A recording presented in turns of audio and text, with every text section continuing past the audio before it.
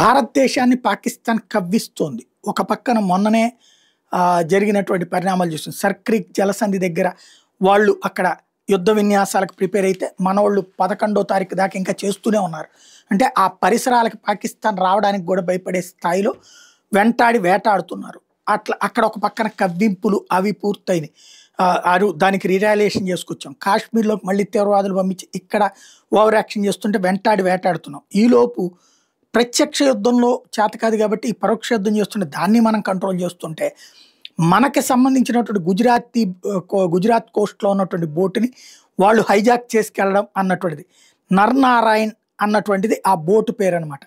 దాన్ని తాజాగా వీళ్ళు పట్టుకుపోయారు. వీళ్ళు ఏంటంటే మేద్వాద్ పోర్టు గిర్ సామ్నాథ్ డిస్ట్రిక్ట్ దగ్గర ఉండేటటువంటి దాంట్లో ఓకా నుంచి వచ్చేటటువంటి దగ్గర పట్టుకుపోయారు వీళ్ళు. పాకిస్తాన్ మెరైన్ సెక్యూరిటీ ఏజెన్సీ పిఎంఎస్ఏ వాళ్ళు అకస్మాత్తుగా ఎత్తుకుపోయారు ఆ బోట్ని అన్నటువంటి విషయం తెలిసింది. ప్రాథమికంగా ఇప్పుడు అది నిన్ననే మనం ప్రస్తావించుకున్నాం, కవ్విస్తోంది అన్నటువంటిది. అందులో ఇప్పుడు తాజాగా తేలింది ఏంటంటే 7 ఇండియన్ ఫిషర్మెన్స్ అందులో ఉన్నారు. వాళ్ళని ఎత్తుకుపోయింది అక్కడికి పాకిస్తాన్. అదే సందర్భంలో వాళ్ళని పాకిస్తాన్లో పట్టుకున్నాం అని చెప్పేటటువంటి ప్రయత్నం చేస్తుంది.